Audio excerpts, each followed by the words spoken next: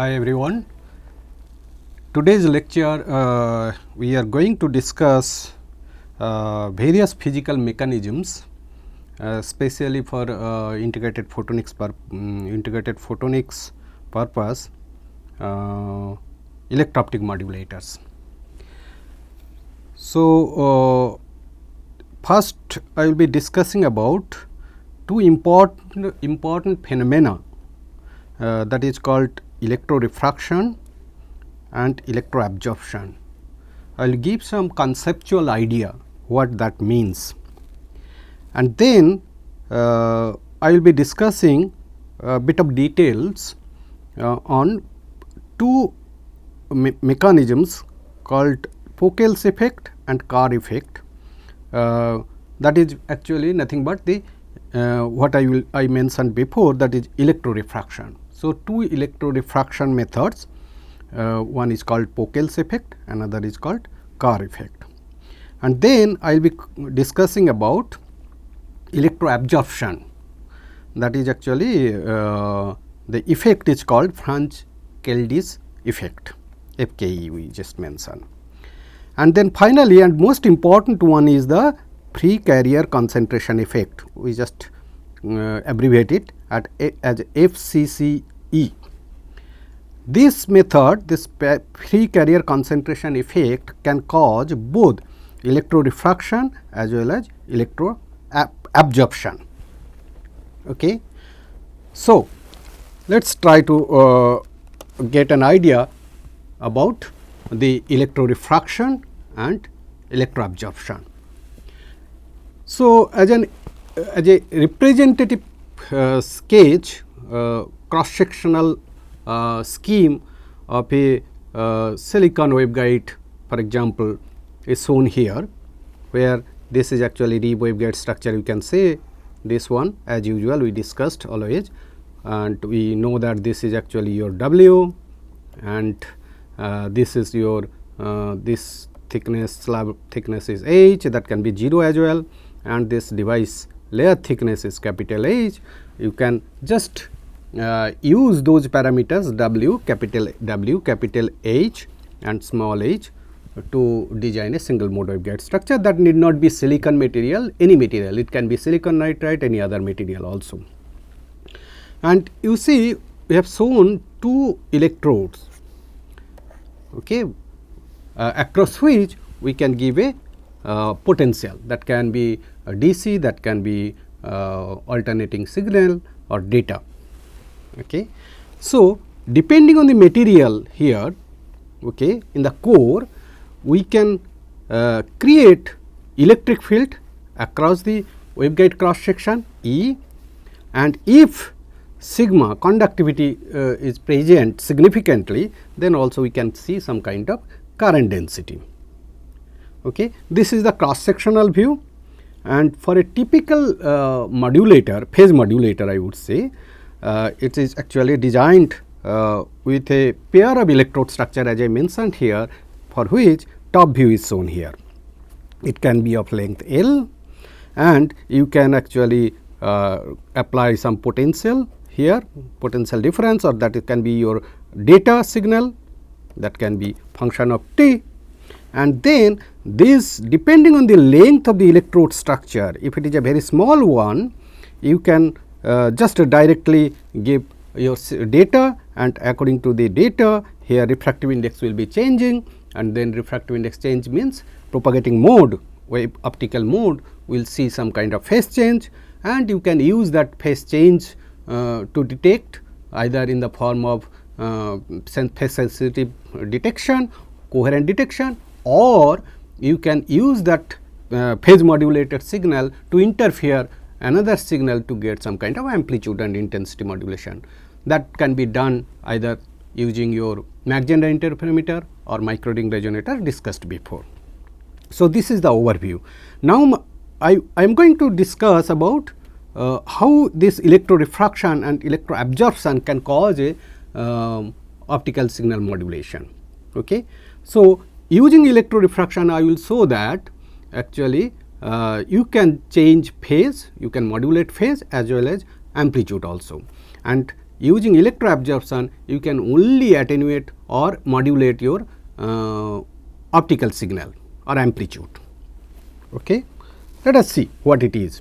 Normally you know refractive index of any material of this waveguide material, core material, I can represent in terms of real number as well as some imaginary value. Refractive index is equal to n plus I k. If there is a attenuation, this kappa or k, whatever I say, that is actually called extinction coefficient, and n is the actually real part of the so called refractive index that is actually causing some kind of guided mode as well as its modulation. If any effect causing effective index variation as a function of voltage, for example, here voltage it is given, it can be current, it can be anything, we will see in course of time. Then if refractive index changed as a function of input signal, voltage signal or current signal, then it is called electro-refraction. That means you are actually applying electric field or electric current and then you are changing your refractive index. That is why it is called electro-refraction.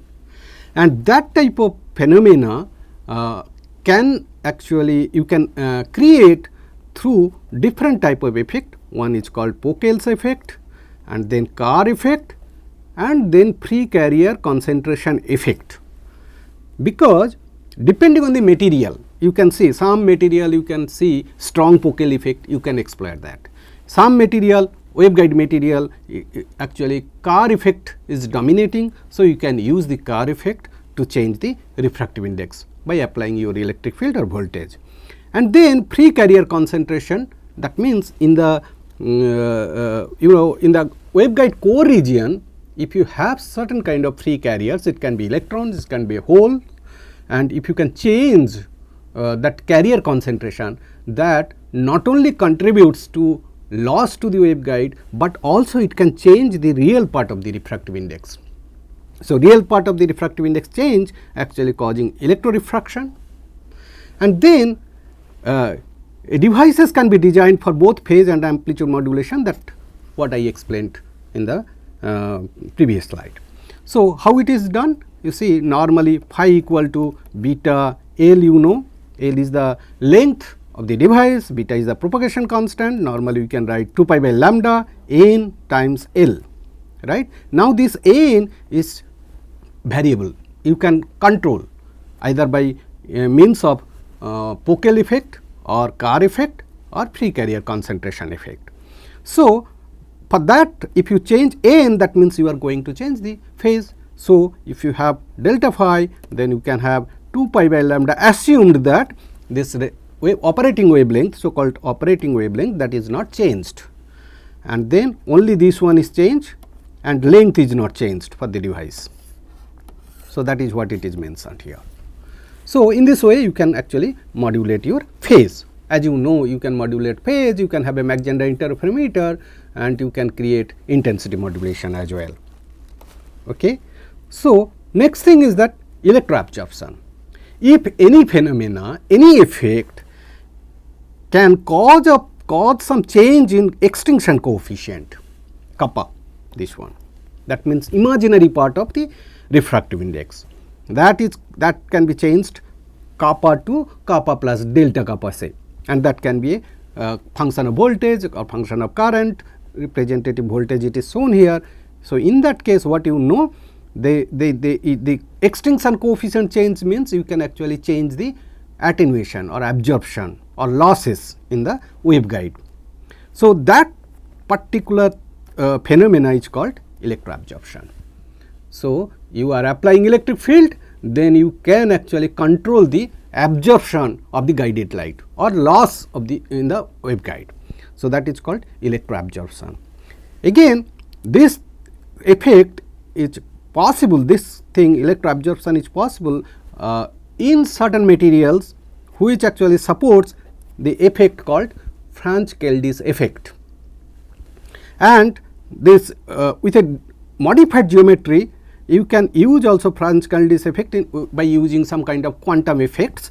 then it is called quantum confined Stark effect, quantum confined Stark effect.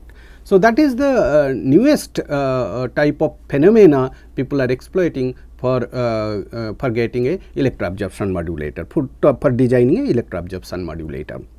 So, and then another method, as you know, the pre-carrier. Pre-carrier not only change the real part, it can also change the imaginary part. So, this pre-carrier concentration effect, you can modulate the pre-carrier in the waveguide region, then not only you can change your real part, you can also change the imaginary part of the refractive index. Once you can change the imaginary part of the refractive index, you can think of electro-absorption modulator as well. So, that means FCC actually contributes both electro-refraction as well as electro-absorption.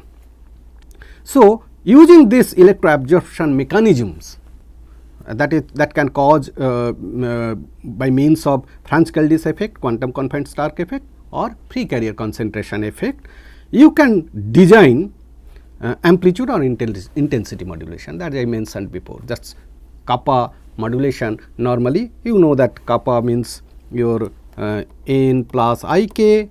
So, if you just consider this beta equal to 2 pi by lambda times this one, right. So, in that case you can have 2 pi by lambda, say n may be n effective, that is actually causing your real phase, and here another part it is coming 2 pi I 2 pi by lambda times kappa. So, this part actually, because of the imaginary part, you know, e to the power j beta L normally we write. So, if you are writing also j here, so then it can happen that if you are multiplying in terms of beta, if you are replacing this plus this, then you can have some kind of losses, that is called alpha L you can have.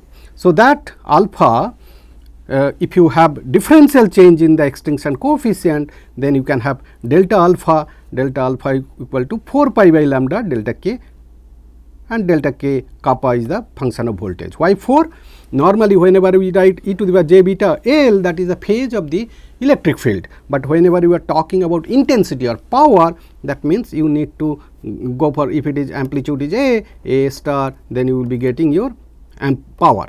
So, that is why if you are just multiplying e to the power minus alpha L for 1 a e to the power a star, that is another alpha L. So, it will be 2 alpha L for power. So, that is why that is 2 comes, 2 multiplied here, that will be 4 pi by lambda times delta k. So, normally you know that in that case voltage dependent attenuation you can get depending on the delta alpha value, how much you are getting per unit length extinction and attenuation, and then length is L. So, you can find whatever the length. So, accordingly depending on the voltage you can actually find what is the voltage dependent intensity or the output. So, in this way you can get intensity modulation or amplitude modulation, so called power modulation, right.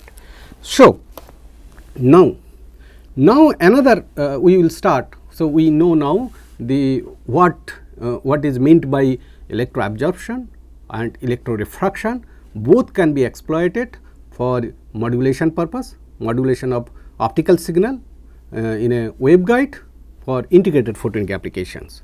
Now, let us go a little bit into details how electro-refraction effect can cause certain kind of refractive index change, little bit of physics, what is the mechanisms, what is Pockels effect and what is Kerr effect, that we would like to know first. So, if we know what is Pockels effect and what is Kerr effect, then we can also identify a material in which we can actually get Pockels effect or Kerr effect. Depending on that, we can say okay, it is possible. For example, if we try to see that silicon waveguide, for example, if silicon waveguide can have Pockels effect and Kerr effect, then we can easily design a modulator using CMOS photonic integrated circuit technology, right. So, that is the issue. So, we have to see the materials should have certain kind of effects. So, what is Pockels effects? Of course, it is a electro-optical effect, that means you will be applying some electric field, you know that, then you can have some kind of certain kind of refractive index change in the waveguide, that is for sure. Okay. So, to see what sort of material is required for Pockels effect and what sort of material is required for Kerr effect, or you can find a material also, both can be also present.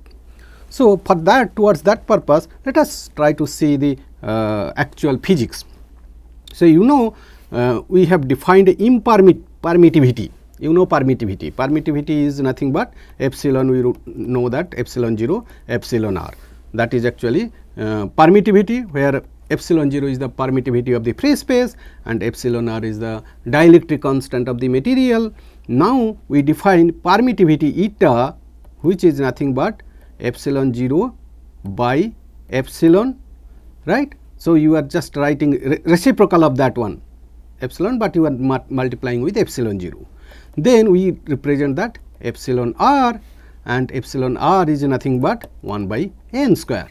N is the real part of the refractive index.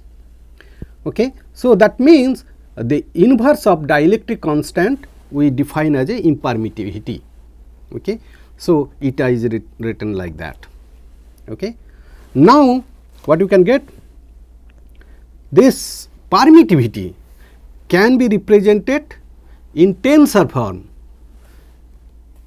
for a small electric field in the material. Certain material, crystalline material you can think of. If it is crystalline material, you know, normally it can be anisotropic, it can be along x direction it is certain properties, along y direction it can have certain properties, along z direction it can have certain properties. You know, depending on the material property, we actually mentioned earlier that this epsilon r can be constant for a isotropic homogeneous medium, but it can be a tensor in case of a anisotropic material. That means different direction it will see different type of dielectric constant. So, it can be represented as a tensor. So, if epsilon r can be represented as a tensor, so you can have eta which is related to epsilon r, that can be also expressed as a tensor. So, now this eta which is epsilon r related to epsilon r or refractive index, if that is actually changed by means of electric field, in tensor form we can write this equation. That means, if you can think that if there is no field, whatever the impermittivity is a tensor, that is eta ij. Now, if you just apply a small electric field, you can actually express this eta ij as a function of E in terms of Taylor expansion, Taylor series expansion. So, you know, here we have just used ij. What is those ij? Actually, ij, k, l we have used. All of them the indices 1, 2, 3. That means it represent 1 means x direction, 2 may be y direction, 3 may be z direction in Cartesian coordinate system. That means I can have x direction, can have y direction, can have z direction, j also can have x direction, y direction, z direction, k and l, so on. So, now if we just represent that, okay, in a Taylor series expansion eta ij, so you introduce one coefficient. So, that is actually also can be a tensor, where that can be written as, since it is eta ij, we have written r ij, we have introduced one more index, that is k, that can also run from 1 to 3, x direction, y direction, z direction. That means, if your electric field is along x direction, along y direction, along z direction, or it has all the 3 components, then all the 3 components will contribute some effect to eta. So, you can sum over k, k runs from 1 to 3. That is how it is r I j, whatever the r I j value, and then you can have all the k direction you can sum up. If it is only one direction is there, suppose k equal to say only 3 or x direction, then you can have only x. So, you will be writing r I j 1 E 1, that can be written. If we have only y direction is there, then I will be writing I j 2 E y or E 2. If it is only z direction, then it will be r I j 3. So, 3 numbers will be there. So, here will be 3. So, if all of them are there, then we have to write like this. Okay.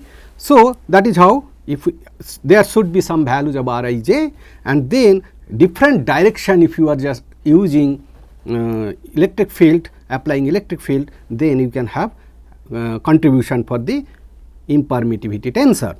Similarly, next higher order Taylor series, we have just taken first two terms of the Taylor series. This is the main value, and then Taylor series this one. Of course, this is Taylor series expansion, you know that a differential term is there, differential variation is there. For example, Rijk is defined like that, delta eta ij by delta ek. That means along kth direction what is the electric field variations, and for that how much delta eta is changing. So, that thing is the differential coefficient. Normally, you know, normally anything we write around electric field, we can write something like that. Then as a function of suppose electric field, then we can write del n by del E, then we can see that how much field we are, total field we are applying that direction, and then we can write del to n, n can be eta here, it can be eta here, and we can write del to E, and then you can have this number and multiplication of, if this is a delta E, this will be say delta E square, and so on. This is the Taylor series. So, this thing, since eta is a tensor, that is why we have some kind of tensor element Rijk we have written, and that can be represented here. So, and then you are multiplying your additional field, whatever delta E means Ek we are saying. Suppose it is a second order Taylor series, just a second term we are using, that means this delta to eta ij we can have delta Ek, because electric field can come from two, this delta E square, then first electric field can come from one particular particular field, and another E can be coming from other field. So, in this way we can write that okay, it is just second order derivative, it should be second order derivative this one, and that can be written as delta 2 eta ij, delta Ek and delta El. I have just introduced additional L. So, KL now two terms, K can also run from 1 to 3, L also can run from 1 to 3 and so on. Okay. Now, this one we can simplify, that suppose you are just interested in a certain direction of electric field, for example, you can simplify that one hugely. For example, only E I am considering, then only certain direction, and then you multiply whatever value you are getting, that is R. So, this thing R coefficient I can write R times E, and then this one I can write S times E square, simplify it. In a homogeneous isotropic medium, if certain things are happening, then we can write this. This R and S again, obviously these are corresponding to first differential of the first coefficient for the Taylor series, and this one S is the second coefficients of the Taylor series.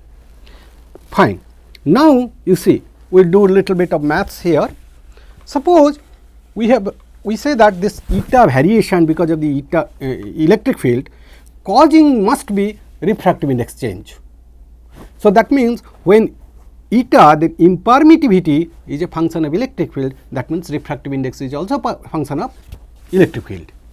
So, let us say that by means of applied electric field, you have a delta n amount of refractive index change happened in the core here.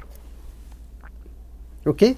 So, that means I can say that what is the final refractive index because of the electric field, and what was the original when E equal to 0, for example. That is your change in refractive index, right. Now, this part we can write like this. So, delta n by delta eta multiplied by delta eta. Suppose n is changing, I just want to see the rate of change of refractive index because of the eta change. How much eta change, how much contribution to the refractive index. Then I have delta eta amount of change can happen, this one delta eta amount of change can happen. So, I write delta n by delta eta, that is the slope, multiplied by delta eta, that is the thing we are, right hand side I keep as it is. Now, this one I write delta eta by delta n, because why delta eta by delta n, I am writing inverse of that one, because I have eta equal to 1 by eta is given 1 by n square. If your eta is like this, eta equal to 1 by n square, so delta eta by delta n equal to, say, that means I can write del n n minus 2. So, that means minus 2 n to the power minus 3, right. So, delta eta by delta n minus 1, that should be equal to minus 1 this one n cube, that is what is written. Okay. And then delta eta directly placed, and then right hand side as usual just transfer here. Okay. Next, what we write from here, we just try to write like this. We are writing n e, meaning delta eta will be just replacing from here. So, I just substitute delta eta here, and then we simplify refractive index as a function of electric field. So, I get this equation. Okay. So, this is nothing but original refractive index, and because of the electric field you have this because of the R coefficient and electric field square because of the S coefficient that will contribute first to Taylor series. Okay. Now, this one is called Pockels effect. So, you can see that this Pockels effect, that actually if you are just considering refractive index change, if you are just considering up to here, then if this one is negligibly small, for example, then your n e can be represented as n minus half of R n 3 e. So, n is the refractive index, bulk refractive index of the material, that is actually used in the waveguide core, E is the applied electric field. Then you know, as a function of electric field you can have refractive index change, but if your electric field is, because it is a vector, if it is reversed, sign is changed, then this will be plus. So, that means you can have your electric field dependent refractive index like this. When E equal to 0, you are getting just n, that is written here, and as you go for positive direction electric field, then your refractive index will be reduced, negative direction it will be negative sign will come plus, that will be increased.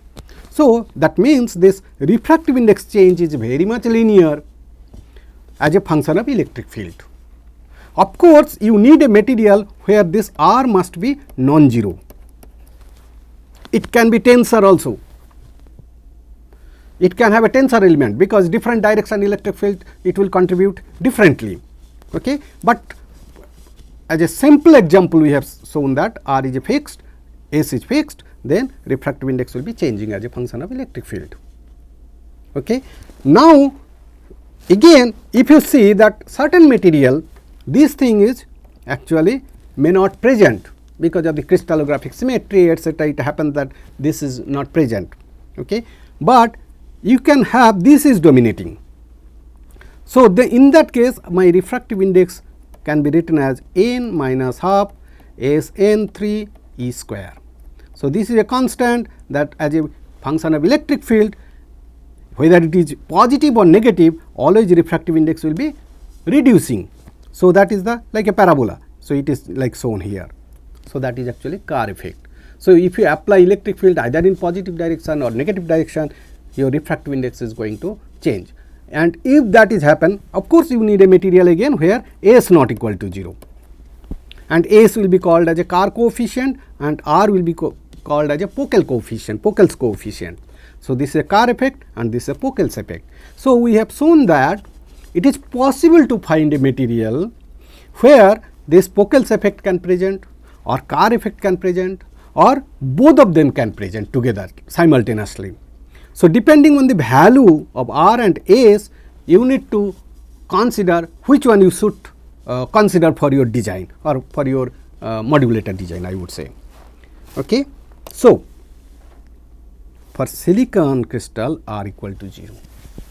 So, that means we are talking about silicon photonics, photonic integrated circuits, CMOS compatible, good waveguides, low loss, everything, but however, this silicon Pockels effect is not present, because silicon, you know, it is a FCC crystal. In crystallographic structure, if you see, it is a FCC crystal, and most of the time the FCC crystals are centrosymmetric. Centrosymmetric means if you are just getting a atom at x, y, z coordinate, you must get identical atom also present at minus x, minus y and minus z position. So, in this case normally you know, since it is a centrosymmetric, NE must be equal to N minus E, that is a even function. If you are applying electric field and electric field is linear now, right, here it is shown linear. Reverse direction if you are giving, it should be negative value, it should be increasing, and positive direction it will be decreasing, but centrosymmetric case you have to show that NE should be equal to minus NE. So, if this is the case, but Pockels effect so giving you this type of characteristics, if this is the happening, then this type of characteristics should not be possible. So, that means in case of silicon, R must be equal to 0. So, there is no Pockels coefficient, okay. But normally most of the material, including if you consider like a gas, like a liquid and silicon, it is like a isotopic homogeneous medium, but this S coefficient is always present, because you know it is E square anyway, it is symmetric.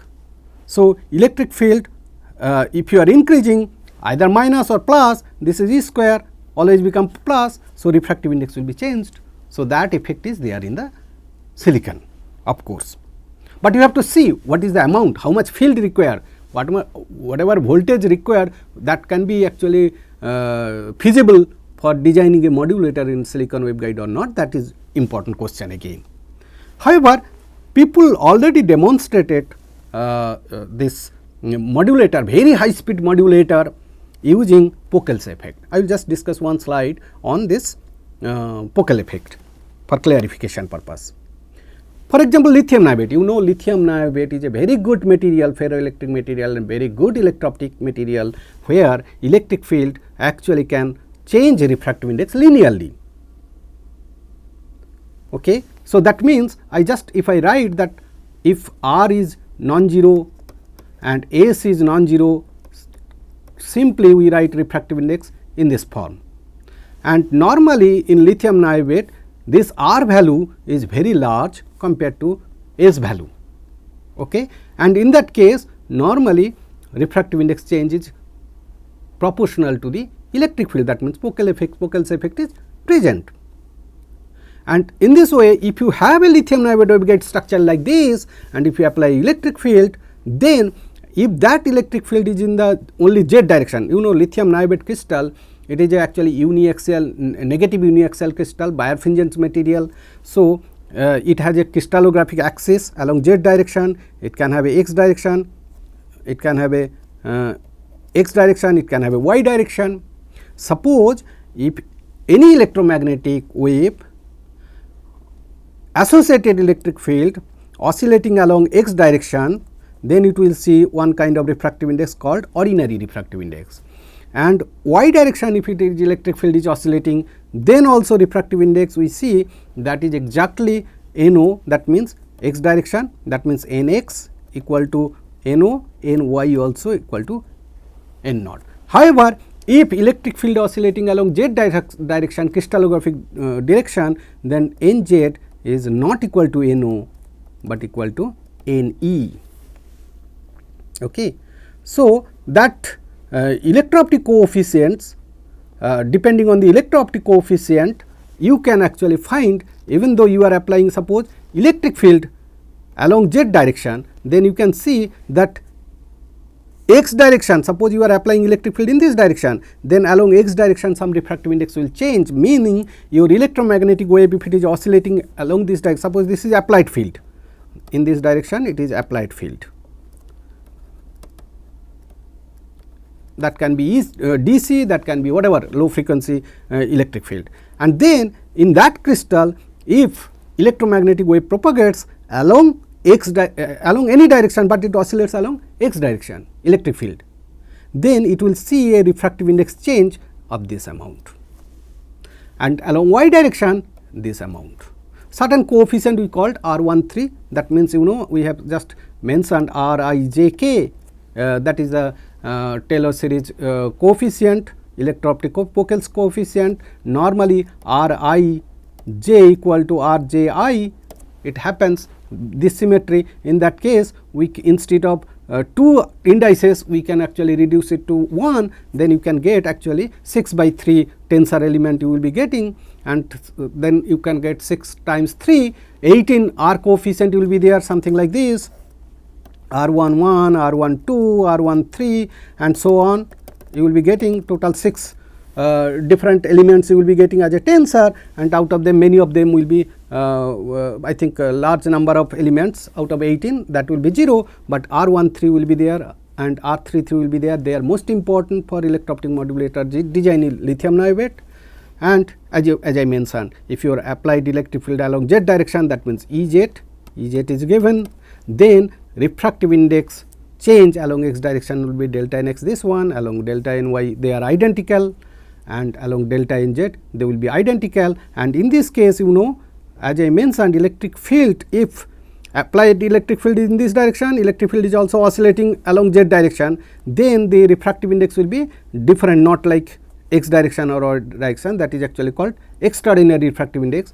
And extraordinary refractive index for lithium niobate, that means if electric field normally without any field, without this thing, if you see, if electric field oscillates along z direction at 1550 nanometer wavelength, then refractive index will be 2.21. And if the electric field of the electromagnetic wave, of course, oscillates either in x direction or in y direction, then it will see refractive index, that is called ordinary refractive index. This is actually this one is NO is the 2.21, this will be 2.13, that is a printing mistake here, 2.13. So, that means it is Ne always less than No. Okay. So, when any material, if it is a birefringent, that means it has a 2 refractive index along the principal axis. If ordinary refractive index is greater than Ne, that is called positive uniaxial crystal, and if NO less than Ne, that will be called as a negative uniaxial crystal. Okay. So, you should remember that this is a typo mistake here. NO is actually 2.21 and Ne around 2.13 at a operating wavelength lambda equal to 1550 nanometer. So, keep it straight. Suppose you take a lithium niobate material here, any crystal you are just considering. Suppose this is your z axis, this is your x axis and this is your y axis. Electromagnetic wave propagating through the material, if it is oscillating along x direction, operating at 50 nanometer, it will see refractive index 2.21.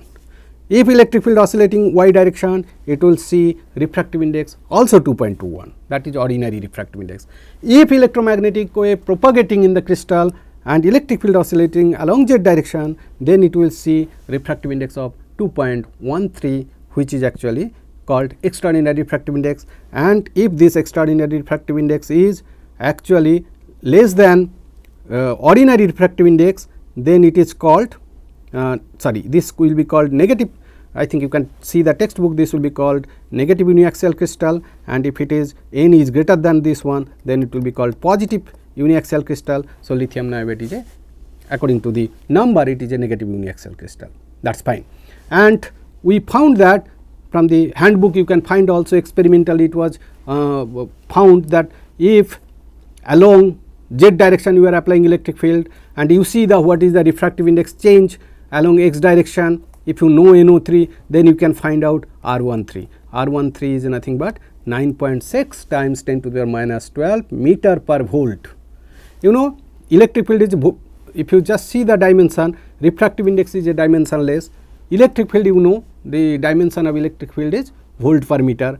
So, R1, that R coefficient refractive index must be meter per volt. So, this is volt per meter and this is meter per volt, they must be cancelled. So, R13 is this one.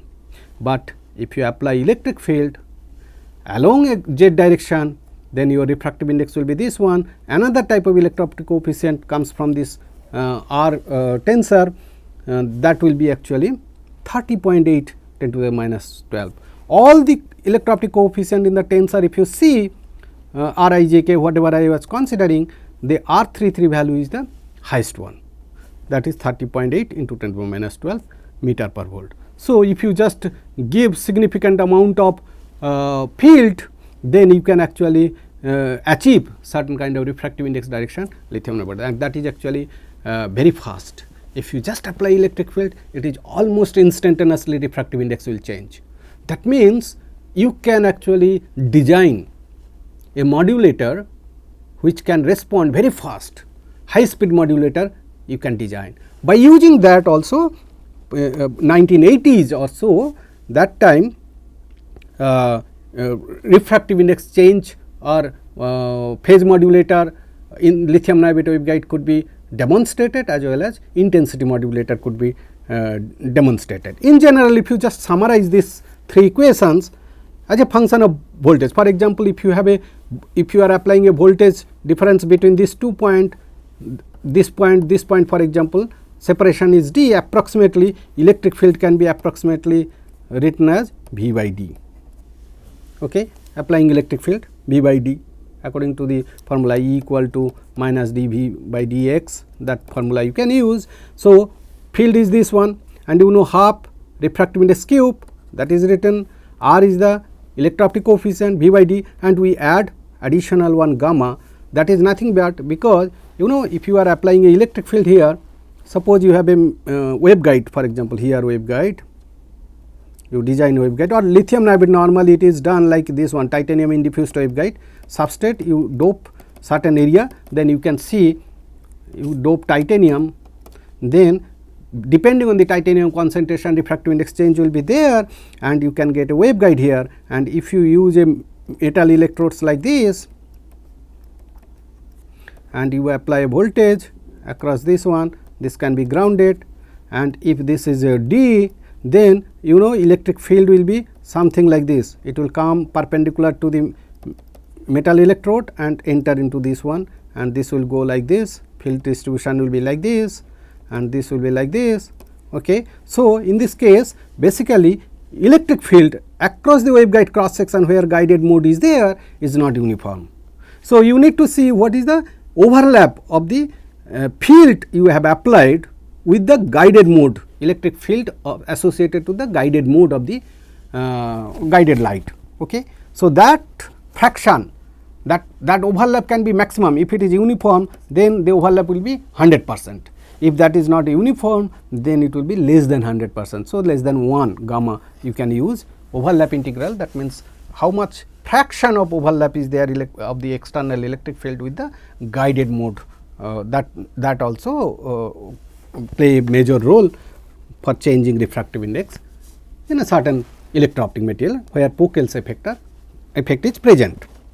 Okay. So, gamma measures the overlap between electric field distributions of a guided mode and applied external electric field.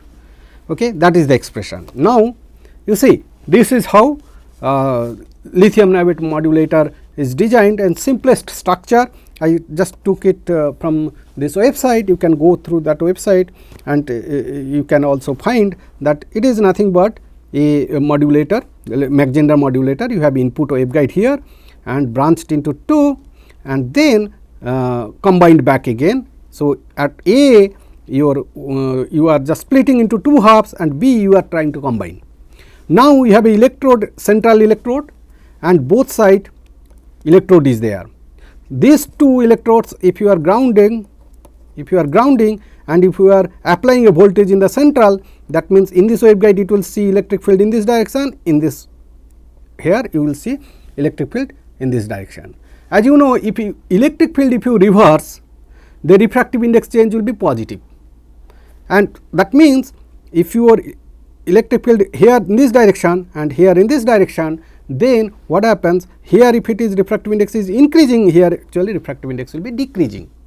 So, that means your phase difference is actually here phase is actually increasing and lower arm phase is decreasing. So, you are getting 2 times effect. So, this is a special design, it is called push-pull modulator design, push-pull. That means one arm you are pushing the refractive index in the positive direction or phase in the positive direction, another arm you are just pushing the phase in the negative direction. So, ultimately 2 times effect you will be getting, and you will be getting a compact device, length may be reduced. So, if you can create overall pi phase difference between these 2 arms, then you can get constructive destructive interference, and if it is 0 phase difference or 2 pi phase difference, then it will be constructive interference. If it is constructive interference, you get output signal 1, and if it is destructive interference, then you will be getting 0, light will be dissipated. Okay. In this way you can have your modulator, lithium high speed, very high speed modulator. First time it was designed with 40 Gbps transmission for long haul communication purpose, and nowadays this lithium niobate modulators are commercially available, just $2,000, $3,000 US dollar. Many foreign companies they are manufacturing and they are selling. Okay. So, here it is just try to give how it works. You know, here if you see output, normally we know that this it is P output. If it is a lossless case, we have solved earlier cos square pi by 2, the phase difference by 2, right. So, if phase is pi by 2, that means it will be 0, and if it is pi equal to 0 or 2 pi, then it will be entire power will be coming out. So, this is a cosine function. So, as a function of bias voltage, this voltage, if you plot the optical output, you will see something like this. Suppose DC bias you are increasing, so it will be just cosinusoidal or sinusoidal. It will go 0 and sinusoidally going up and down. Now, what you would do? Suppose you set some bias point here, so that your output is at this point. Now, this is your bias point VB, it is just mentioned as a VB. Now, at this bias point, after biasing this one, you suppose certain bias is there, and on the top of it you have your data. For example, after bias point you have data, stream is going 1, then 0 bit, then 1, then again 1, and then 0, and this as a function of time this goes in here. That means I have a bias, this is your bias voltage, right, bias voltage here, and from here at this point of time your bias voltage, your voltage is increased up to this. So, once it is increased, your output will be here at this point. So, it is going here, output will be at this point, for example, and again when it is coming back to bias point, then your output will be coming down, okay, to bias point here.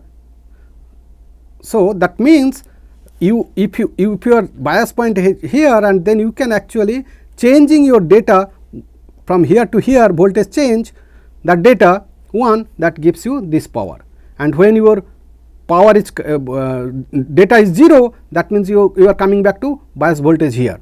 So, your output signal will be 0. So, 1 0, that means this is your electrical data, here it is written electrical signal, and this will be your optical signal. So, that is how electro-optic modulator it is done. Sometimes it happens that you are giving bias point at the quadrature point, and then you can on the top of it you can modulate also here. Your modulation, that modulation also here will be output, depending on your data you will be getting. Okay. So, that is the electro-optic effect, and mostly exploited in lithium niobate. Lithium niobate modulators are commercially available, people are using heavily, and particularly long haul communication it is used.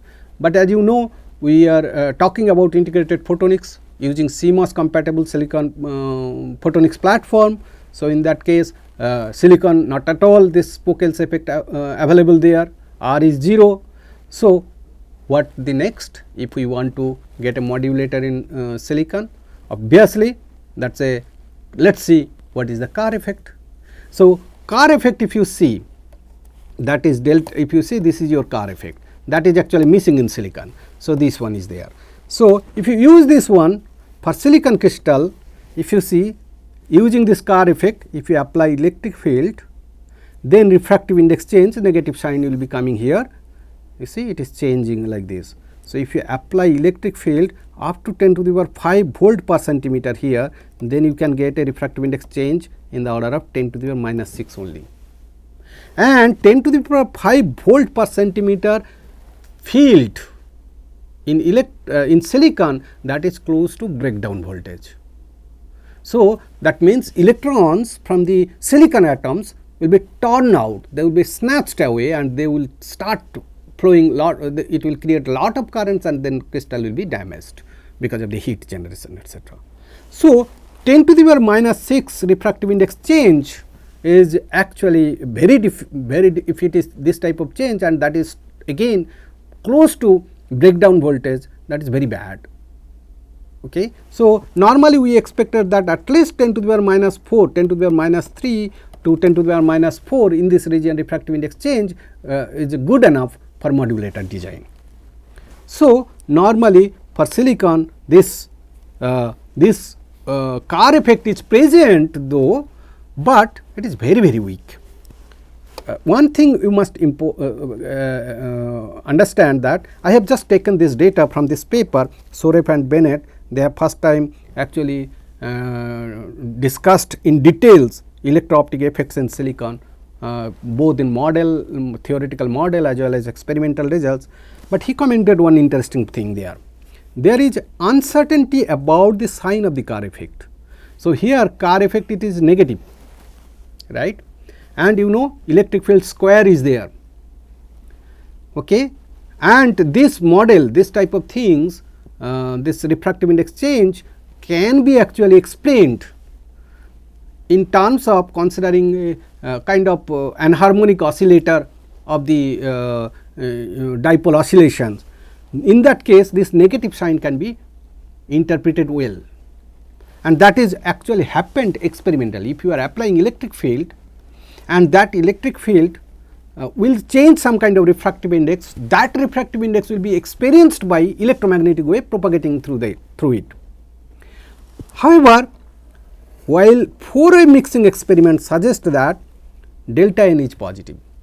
So, 4-wave mixing is nothing but in silicon, because of it has some kind of chi3 process. Normally if you see P polarization, okay, you can express normally epsilon 0 E plus say epsilon 0 chi 1 E, and then you have epsilon 0 chi 2 E square epsilon 0. So, normally polarization, if you apply electric field that is coming from electromagnetic wave, and then you can your polarization normally you know D equal to epsilon 0 E plus P. This polarization can have linear part and can have nonlinear part. Okay. This nonlinear part actually it can be actually coming out of again Taylor series expansion. That means you can have, because P normally we wrote epsilon 0 chi times E normal polarization, D equal to epsilon 0 E plus epsilon 0 chi times E, you can write epsilon 0 1 plus chi E, and this 1 plus chi is known as epsilon r, epsilon 0 epsilon r E, that is actually your D, and that can be written as epsilon E. Okay. Now, this thing, this additional part that is coming out of polarization, this polarization can have again nonlinear part. That means it can be proportional to E square, and one term can happen E3 square, higher order term in Taylor series can come. So, in that case what happens, this E square term, that E square basically not for the external electric field you are applying, but this E is the electric field associated with the electromagnetic wave propagating. So, if you have a very high amount of electric field associated with the electromagnetic wave propagating through the waveguide, then that E square term, or E square means it is actually basically intensity, electric field associated with the electromagnetic field, if you square it, it can be normally intensity. So, you can have some certain kind of refractive index change as well. Here also E square comes, but that E square is you are considering external quasi static electric field you are applying for modulation purpose, but this electric field that is actually oscillating at a very high frequency. Okay. So, there also this intensity, because of the non-zero S value, you can have refractive index change, and that refractive index change will be always positive, and that can be expressed in terms of third order nonlinearity chi, susceptibility is there. So, you can, it can be shown if you are studying some nonlinear optic effect in silicon, you can find any textbook you consult, you can find that some refractive index change will be there, but in that case refractive index change is always positive. So, you should not confuse with this type of Kerr effect and this type of Kerr effect. This Kerr effect we are exploiting by applying electric field externally, and this Kerr effect is actually is a inbuilt inherently generated inside the silicon waveguide or silicon crystal when the guided electromagnetic wave has very high power, intense, then this can happen. So, it should not confuse. So, this is the thing. So, Kerr effect is there in silicon, but it is very poor. So, it is not also very good for modulation purpose. So, what is left? Another thing is that French-Keldy's effect. This is also this is also electro-optic effect, but not electro-refraction, rather it is called electro-absorption. How that is done? Suppose you have material, this is a material. Normally silicon, you know, it is a semiconductor, gallium arsenide, also a semiconductor, you can have a gallium arsenide waveguide as well, silicon waveguide as well, germanium waveguide as well, as long as your h nu, that photon energy is less than band gap energy. So, that electromagnetic wave photon associated with the electromagnetic wave under consideration of the light wave, that is lower, photon energy lower than band gap, then that is actually transparent. That is how, if you see that 1550 nanometer corresponding h nu in the order of 0.8 electron volt or so, but silicon band gap is equal to about 1.12 electron volt. That means the photon energy is much lower than the band gap. That is why 1550 nanometer is transparent in silicon crystal, right. So, if you see here is a model to explain the French-Keldy's effect. Suppose this is the conduction band. You know, this is, if you just see as a function of any position along certain direction, if you try to see the solve using solid state physics, you can say that the electron energy, allowed energy, that actually comes as a band. A band of energy is allowed and then a band is not allowed, again another band is coming. So, normally in silicon, you know, normally most of the valence band, whatever all the energy levels, they will be occupied, and then there will be a band gap, and then will be another allowed band, that is actually will be called conduction band. If any electron goes to conduction band, that electron in the conduction band start conducting, contributes to the current, and it is a empty called hole, that also contributes to current. So, normally the electron wave, quantum mechanical, you can consider that is some kind of wave packet, is just represented by this type of wave, it is travelling, and here also it is travelling electron wave. If electron is there in this band, it will be something like that, some travelling wave function we represent like that, and if same electron jumps to here, it will have certain kind of wave, allowed wave, it will be like that, corresponding to all the energies, everything. Okay. So, as long as your photon energy is small, you are not disturbing the electrons in the valence band or in the conduction band, normally the photon will be transmitting without any absorption.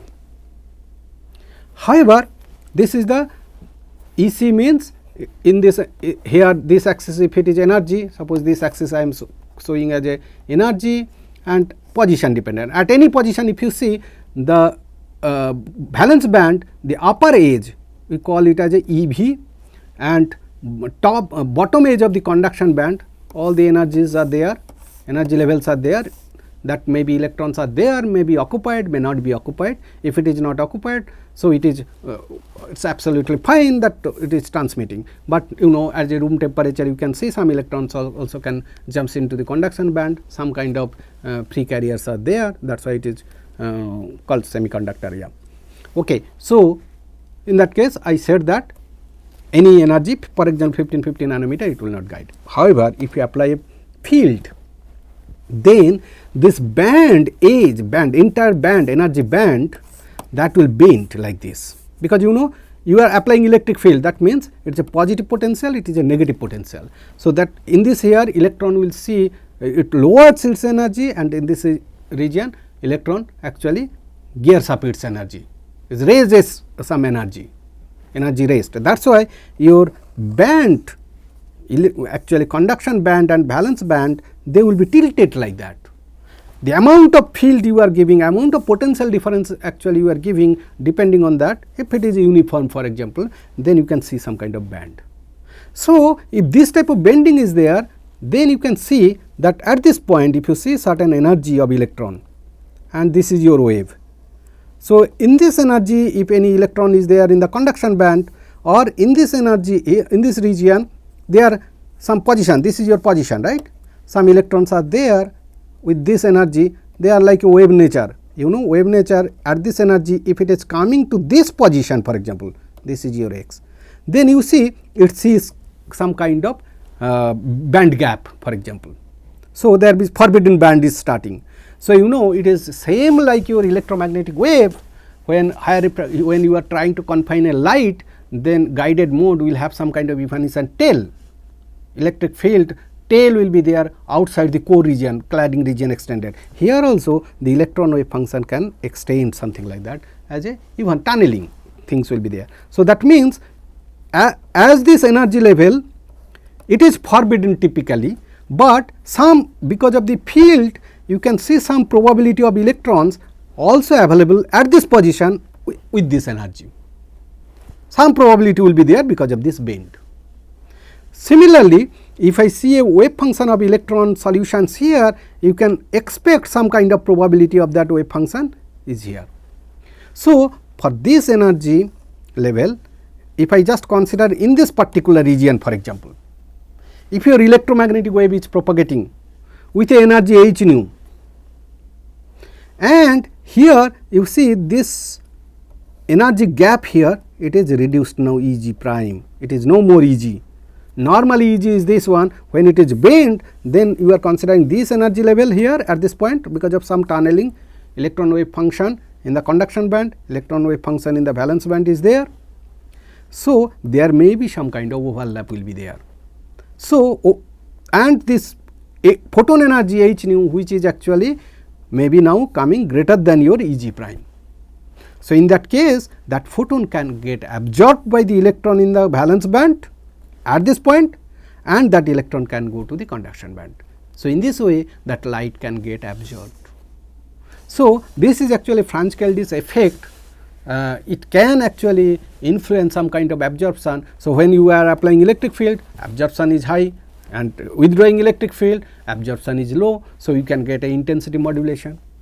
But if you just use actually silicon, this Franz-Keldy's effect for silicon crystal large field is required, large electric field is required to get a band.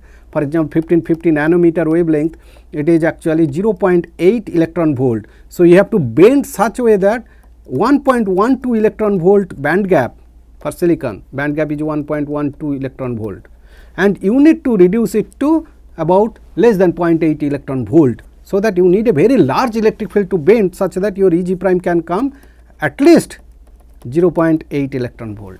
So, that much large electric field is required. So, it is not useful. However, later on very recently people are actually creating some kind of quantum confined Stark effect. That means you are making some kind of quantum structures, nanostructures, quantum well structure, okay, using silicon, germanium and so on, and they could demonstrate that actually this Franz-Keldy's effect is actually can possible even in the smaller electric field, and that type of device structure is called quantum confined Stark effect.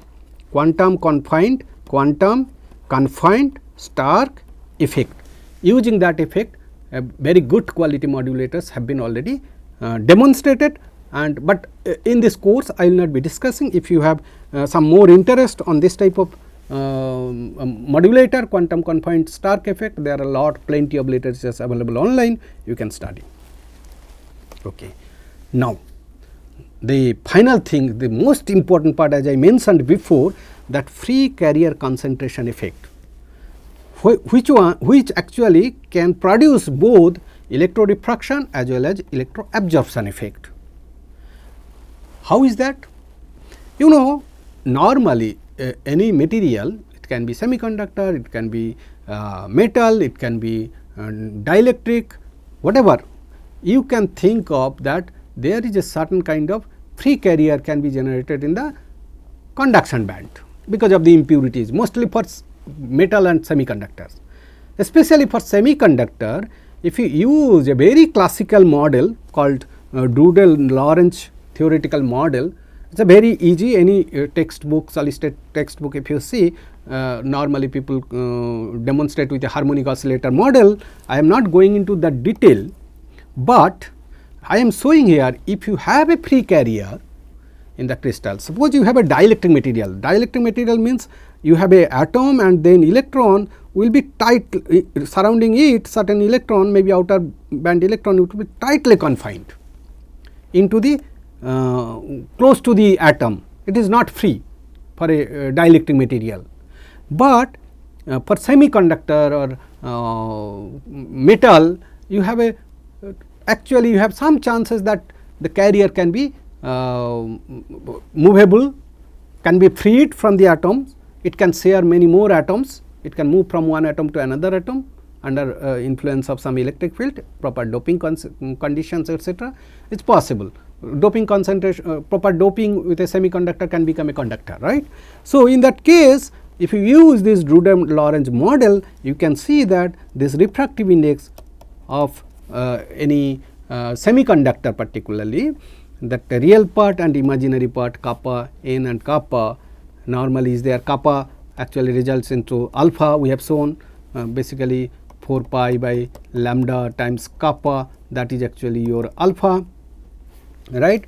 So, if you just use that a certain carrier concentration of Ne, electron carrier concentration and hole carrier concentration, it is a hole effective mass, electron effective mass, then the real part of the refractive index change can be represented like that.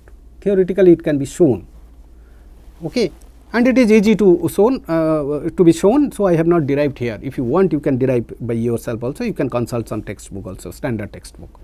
And following that thing, once you know the refractive index change of the real part, using Kramers-Kronig relationship or imaginary part of the dielectric constant, you can solve and you can find out your kappa as well as delta alpha, how much loss will be there, again concentration dependent.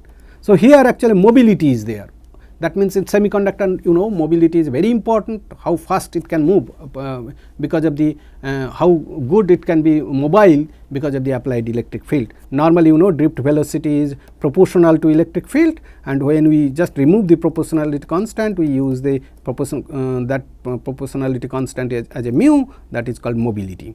Okay. Vd is the drift velocity of the electron in the semiconductor under the influence of electric field. So, that is how mobility. So, basically mobility means nothing but drift velocity divided by E. So, that mobility can be different for electron and hole. Okay.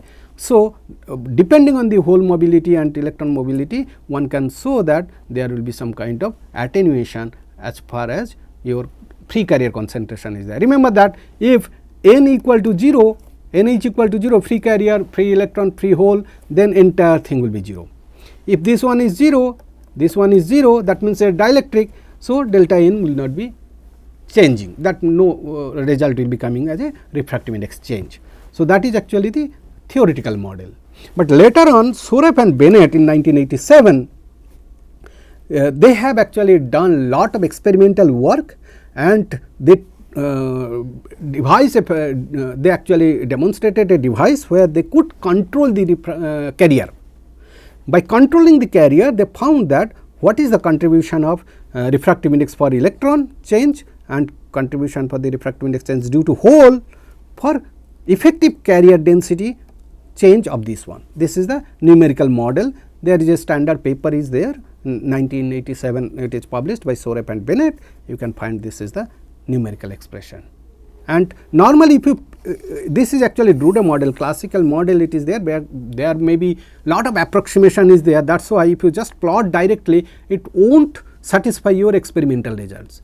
That is the reason, because there may be many other effects. This is a very simplified model, harmonic oscillator model, but we get a feeling that using that model, that carrier concentration, if you change delta n amount, then you can see refractive index is going to change also. So, that is how experimentally verified, and it is modeled. Just you do not need to consider what is the mobility, what is the effective mass, and what is the refractive index, what is the other constant, etc. So, you just use this formula for 1550 nanometer, then you know what is the refractive index change happening because of this is contribution coming from your free carrier electron, this is coming from free carrier hole. Similarly, delta alpha also can be empirically modeled for 1550 nanometer. They have also empirically modeled for 1310 nanometer, that is the nowadays actually till yesterday people were more interested on 1310 nanometer, because that is the wavelength used for fiber optic communication, dispersion is minimum. Okay. So, there also they have modeled empirically and slightly different. This 8.8 is becoming 6.2, 8.5 is becoming 6.0 here, and for delta alpha is almost similar. And of course, this delta NH, that means whole carrier concentration change and electron carrier concentration change, is represented in per centimeter cube. Whenever you are inserting here, you should make sure that concentration you are inserting as a per centimeter cube, that means CC, concentration per centimeter cube, right. Concentration per cubic centimeter, that is why CC it is meant. So, if you just use, then you can say that even if you use, for example, in the order of refractive index change, in the order of carrier concentration change in the order of 10 to the power minus 17 to 10 to the minus 18, then refractive index change can be possible in the order of 10 to the minus 4, which is actually very good for your modulation purpose or phase modulation purpose.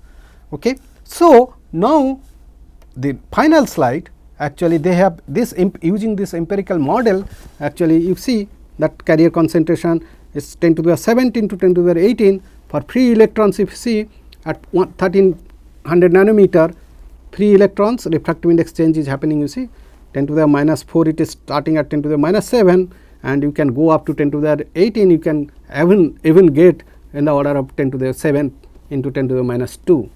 And for holes, refractive index is slightly higher, the same amount of, for example, if you just consider 10 to the power 18, then electron refractive index change contributes up to this one. So, for example, it will be say 1, 2, 3 into 10 to the minus 4, but for hole you will see almost in the order of 10 to the minus same amount of concentration change for the hole, you get different refractive index change.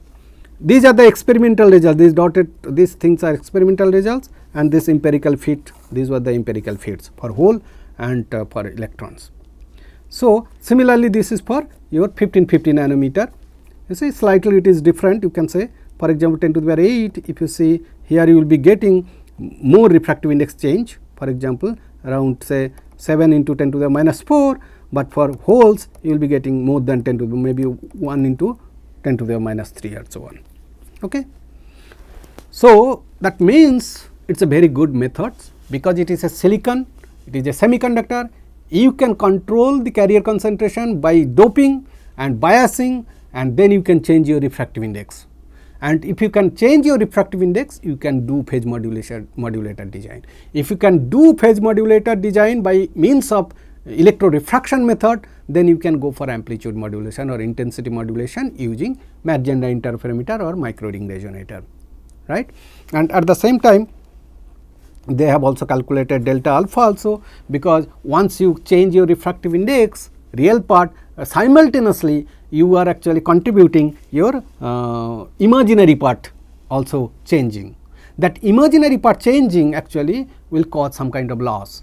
So, you have to design very carefully, tactfully, that your phase shifter length should not be sufficient, should not be long enough that it will actually the electromagnetic wave or light wave or guided mode is completely attenuated because of the presence of the imaginary part, or because of the kappa or extinction, or you can say that because of the electro-absorption method. So, you have to say that electro-absorption should not dominate over electro-refraction in designing a good modulator, because electro-absorption in that case it will be a basically loss factor. You want electro-refraction, that is what you should concentrate. Alone electro-absorption, you can also think a simple waveguide, and you can just control a carrier in a certain area, then you can say that okay, electro-refraction happening, at the same time electro-absorption also happening. So, that means you can actually control the light output here.